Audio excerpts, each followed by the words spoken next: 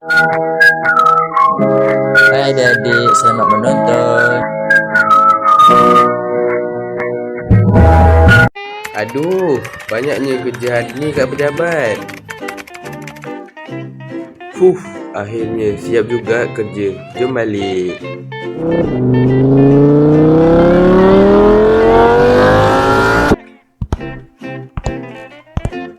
Penatnya kerja hari ni. Rasa nak berhenti je, tapi nak buat macam mana? Dah tu je kerja ada. Rasa nak tidur lah. Wah, dah azan rupanya. Aku tidur lah pula. Macam mana aku boleh tidur ni? Aku sambung tidur balik. Baik aku pergi solat dulu. Nanti waktu habis.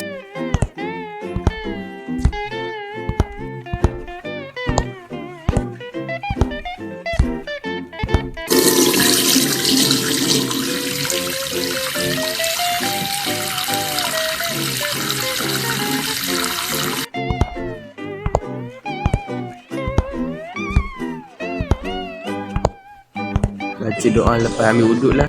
Asyhadu an la ilaha illallah wahdahu la syarikalah wa asyhadu anna Muhammadan abduhu wa rasuluh. Allahumma ja'alni minat tawabi wa ja'alni minal mutatahhirin wa ja'alni min ibadikas salihin. Solat kat bilik lah, baru selesai dan khusyuk. Wah, ada Maggi dengan ayam goreng lah. Sedapnya. Lepas solat aku makan lah. Hehe. Alamak, aku terkentut lah pula. Aduh, dah batal wuduk aku. Tak apalah, aku pergi ambil wuduk balik lah. Lepas tu aku solat sebelum waktu solat habis. Dadah. Terima kasih kerana menonton. Bye-bye. Assalamualaikum. Hai adik-adik. Hari ini kita akan belajar tentang cara berwuduk. Berwuduk ialah membersihkan diri daripada hadas kecil dengan air sebelum solat. Rukun wuduk ada 6. Yang pertama niat, kedua basuh muka, ketiga basuh tangan hingga ke siku, keempat sapu kepala, kelima basuh kaki hingga ke buku lari, akhir sekali ialah tertib. Mari kita lihat video cara berwuduk sama-sama. Murid-murid dah sedia? Assalamualaikum. Hari ini aku akan mencontohkan tata cara berwuduk dengan benar. Mari kita mulai bersama. Pertama, kita siapkan diri dan membuka aliran air. Wuduk dilakukan dengan tenang dan tidak tergesa-gesa.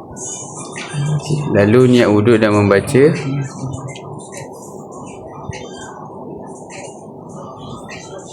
Kemudian, berkumur dan membersihkan hidung dengan air secara perlahan. Selanjutnya, basuh wajahmu secara menyeluruh dan lembut. Pastikan air mencapai semua bahagian wajahmu.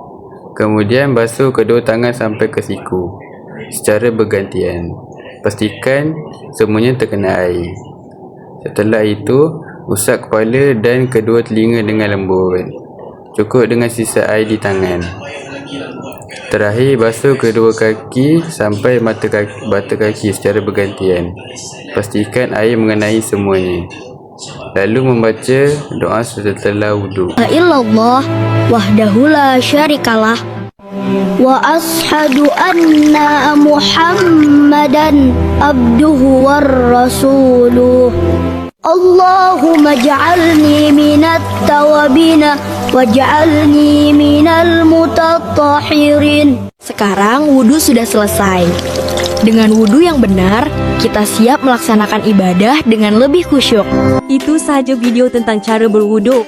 Murid-murid faham tentang cara wuduk atau ada soalan hendak ditanya?